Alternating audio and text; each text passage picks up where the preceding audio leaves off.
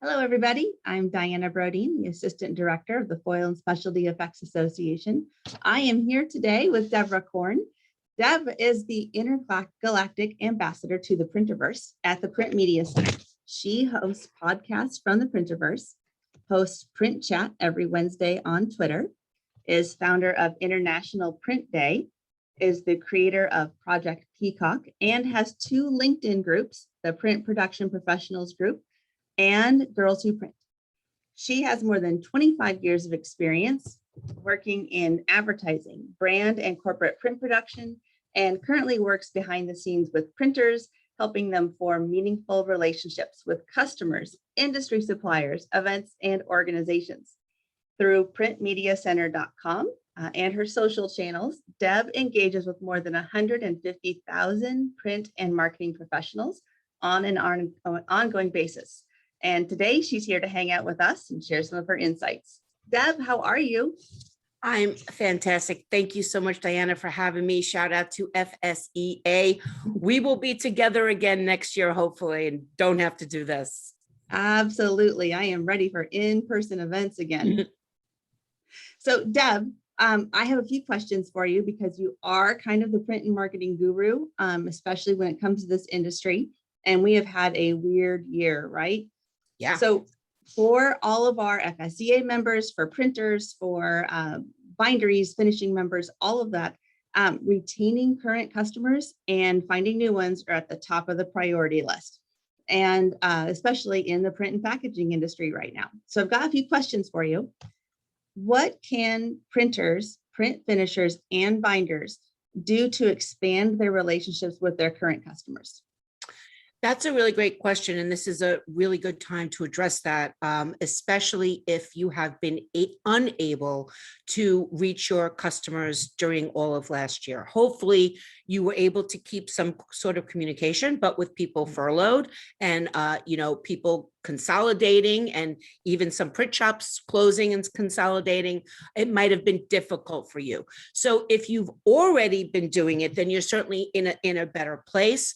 If you haven't been doing it, now is a great time because I truly believe everyone will start spending it by third quarter of this year.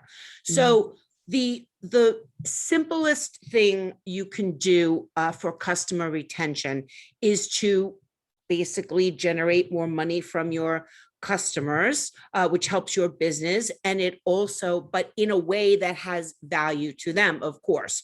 So, because that's where the retention part comes in, but the added bonus is that you can maybe, add some value to that. And one of the simplest ways to do that is a Did You Know campaign.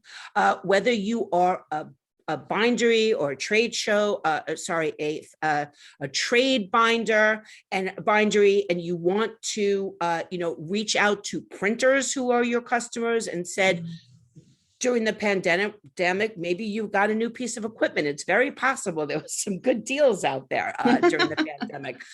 Or maybe you invested in automation, which a lot of people did last year. So if you have anything to share about how working with you could be an easier, smoother, or less expensive process, this is a great time to Did You Know all the printers. For the printers out there and everyone who is looking for print customers, again, a Did You Know campaign. Did you know wide format can be used for more than safety graphics? Things like that. All of the, maybe there was a lot of customers who needed emergency COVID graphics. Okay, they're already working with you. They already know what they're going to get from that. Maybe there's a way you can repurpose that execution, right? So if you already have it in their window that these are their limited hours, maybe you can start thinking more along the lines of, if it's a florist, like we could put something about spring flowers in the spring and, winter flowers in the winter, and try to build your relationships like that. But since this is framed under retention, it's all about how meaning I am the service provider, can help you, not this is all about me and I'm great and you should be working with me and what you got going on and how can I help you? No, this is all about I'm reaching out because I can help you and you might not be aware of all these ways. So I'm Did You Knowing it. that would be my response to that question. Well, and all these potential customers are looking for new customers of their own. So if you can frame the value proposition in that way, that, I can help you attract new customers to your business through the services I can offer, that's a value for both of you. Absolutely, 100%. Pat, Okay. the education starts somewhere. It's got to end at the person purchasing something, 100%. Absolutely. Perfect. Okay. So that's kind of customer retention. Let's talk about finding new customers, new business prospects. You talk a lot about using data to do that. Making sure you're mining the data, understanding the trends in the industry. Can you talk a little bit about how you would use that in order to find new customers? Sure. I mean, data can be defined in many different ways. I'm not an industry analyst. I don't conduct industry research. I don't have metrics and numbers. What I do have are eyes.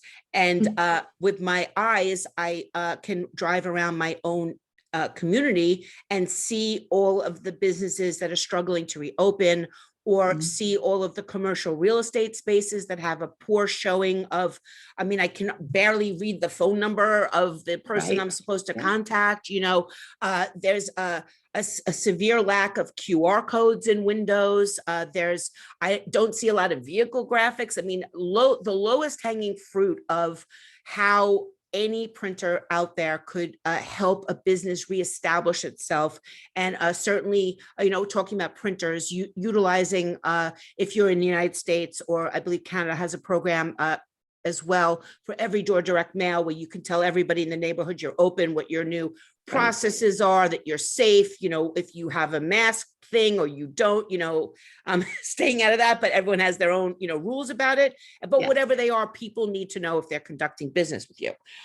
So my data is literally just going outside and seeing who needs help. And that is a very important word, help. I used it before. It's not about you making a sale. It's about you literally helping someone keep their business open and what you can bring to the table. It's a little bit of an uncomfortable time for printers, because I truly believe, I'm not saying they need to call themselves marketing service providers, because I don't think that works in all cases. But in this particular thing, printers have to generate ideas, because the florist, the barber, the person who sells shoes, doesn't have a staff, can't make a file, isn't going to copyright. So the more you can template this stuff and automate it, that's great. Now, when it comes to the bindery people, or the finishers, or the specialty finishing people, who you need to utilize those services, and they're finding new business from the printers. I would almost do the same sort of assessment of, if you're going to do a lot of direct mail, or we recommend, based upon, the trends we see in the industry, this is a good time for those companies to actually become the data experts. And because data for decisions is what is kind of the framework I'm putting this under. So the binderies, the trade companies can go to those printers and say, look, there's an uptick of direct mail. So I want to talk to you about every kind of specialty stuff we can do for direct mail. Here's a little kit. Here's some samples of postcards with all this on it. Go and help people, not sell print to them, but go and help them by saying, you can take advantage of some of these post office discounts with the QR code, with some specialty finishing. There's a mobile shopping promotion, for God's sakes. Like, if there was ever been anything, appropriate for this moment in time. So I think there is a way for everybody to find new business, but the way not to do it is sit back and say, well, things are starting to open and it's going to come my way. Right. I don't think that's going to work out for anybody. I think, I'm not saying be aggressive. I'm not saying call 1 million people and hope to stick. I'm saying walk down that strip mall, or walk down and see if you can bundle customers and create a mailing, or create a way that they can all do a special die cut business card at one time, or something that you can even help the trade companies that way. I've been hearing that they're having a hard time because the printers aren't sending enough volume their way. Well, maybe if they're only looking for big jobs, it's probably not going to work out, but maybe everybody can come to an agreement about, if we can get 10 people to do this, it's the same as one big job. It's more work for everybody, but the word there is work, and everybody needs that. Absolutely. So, quick point for the FSEA members out there. FSEA has done 2 studies recently that talk about how print effects like foil, UV coatings, that sort of thing, enhance shelf presence for those people in the retail environment and help out a lot with direct mail. If you need that, FSEA.com is where you will find those white papers, and those can help you and become part of that selling kit that you have as well. Speaking of selling, what about pricing discounts? Is that a big yes or a big no? I don't think there's ever been a better time in history for printers to raise their pricing. And it seems to be every time I say that, it's like people throwing rubber chickens at me and tomatoes, and they're giving me the hook, and that old, in those movies where they pull you Absolutely. in the hook. And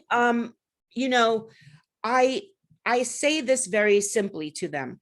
Why is it that I walk into my bagel store and sometimes the bagel is $1.75 and sometimes it's $2.25? I never know, because guess what? There's a supply chain affecting all of this. Right. And sometimes they can get the cream cheese and sometimes they can't. Sometimes they can get the flour and sometimes they can't. I mean, there are just sometimes you can't get a certain bagel because they can't get the ingredients. Now, I know that's a very remedial example, but that's why I'm using it, because it's the same thing in your supermarket. And the reason why I'm saying this is because I'm not suggesting that you're trying to sneak things by people, but I'm saying, does anybody really know that their eggs went up 10 cents or 15 cents? Like, I'm just saying, in the overall bill of the grocery, are you really paying that much attention to that? And what would happen if you raised all your prices 3%? How many people do you think would even realize it? And not that I'm saying you're trying to sneak things by, but you are part of a supply chain too. Paper's more expensive. Sometimes you can get a truck to deliver things. Sometimes you can't. It causes more money to be put into the job for your expenses, but you're not passing that along to the end users. And I don't understand that. Now, there are certain situations where a conversation must be had. If you have a consistent customer that is doing a project with you that comes up every year and they pretty much know what the price has been for the last 5 years, right, you don't just want to show up with an increase without a pre-conversation. But everybody else, I could pretty much guarantee you, just like I don't know how much milk was yesterday, they don't realize, they don't know that that postcard went up 3%. And if there is a problem, the worst case scenario, you can lower it 3% and you're still back where you were. But something tells me that all the people that will pay that extra 3%. By the way, I'm just saying 3% because after all of these discussions I've been having with people, that seems to be the number that everybody settles on as not being crazy. Right. Reasonable. I think, I always start off at 5%, but I end up at 3%. So I'm pre-negotiating that with everybody and suggesting 3%, but you may be able to do that differently. The last thing I want to say about it is that there should be a benefit for any work that comes to you and you can automate it. That could not get a price raise or a minimal price raise. And the jobs that you need to spend human time on, that you're going to have to do a little extra hand holding. Maybe those jobs come with a 5% increase. Everybody is part of the same world that we're living in. And there's nothing that I see everything around me fluctuating, and my bagel store has never apologized for me that the fact that the bagel or the supermarket, that prices are changing. They say the same thing. We're part of the same world as you. In order to get those eggs to the supermarket, it now costs more money. And this is how the consumerism works, it's the same way in printing, but for some reason, printers are like, if I raise my prices, no one's going to print with me. Well, Absolutely. I don't necessarily agree with that. Right. Well, and we all watched the Suez Canal ship incident. We all know exactly where some of those supply chain problems are coming from, and that makes a lot of sense.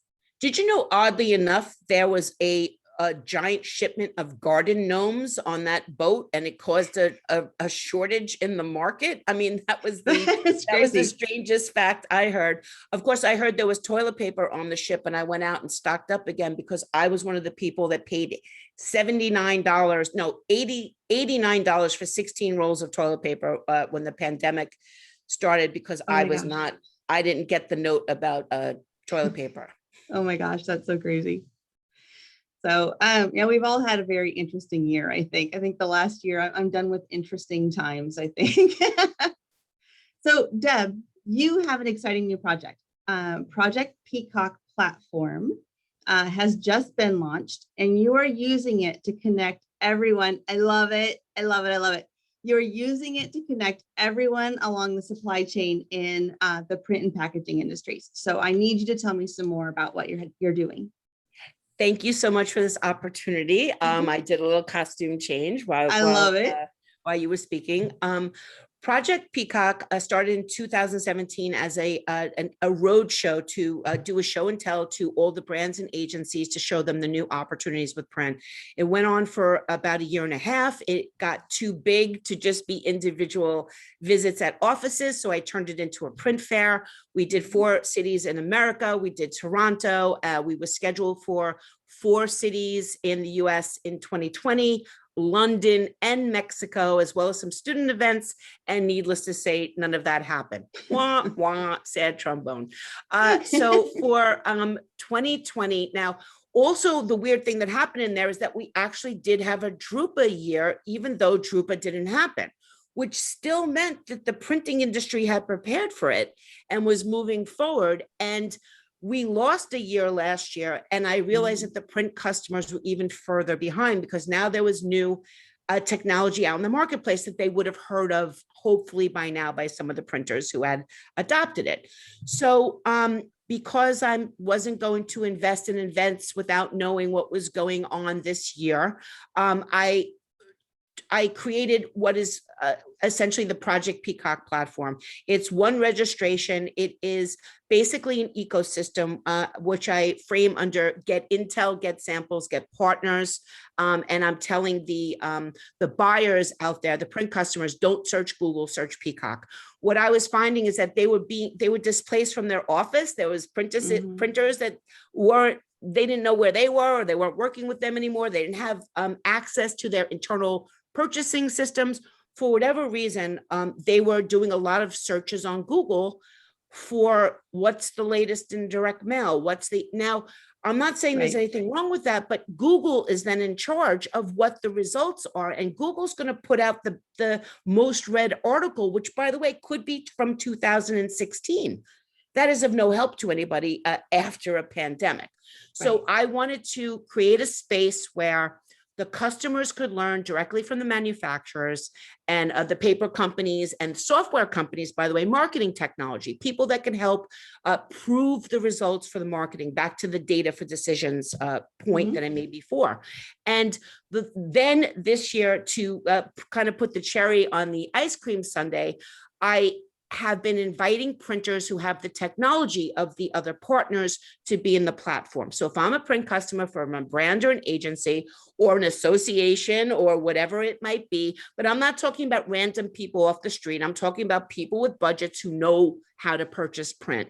I can go in there, I can learn something, get some consumer research information, go to one of the printing manufacturers or the finishing manufacturers and learn what their technology can do, and then meet somebody right in the platform that I could potentially print with, or get resources from these companies that'll say, these are all the printers that have our equipment. If there's something here that you think is worth it to you, you should utilize that.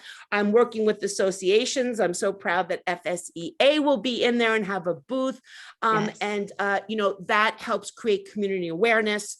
It's certainly for printers as well to come in, not just to mingle with the print customers at our networking and education events, but the platform's open 24/7. You can look around, click around, download anything you want, connect with people, connect with in the chat with people. You can have private chats with people, whether there's a live event or not. So it's kind of cool. It's totally free. So Project Peacock, you can find it through PrintMediaCentr.com. Just click on the Peacock and register and log in. It's totally free. It's open till the end of the year. And thank you so much for partnering with me on that and for letting me share some information.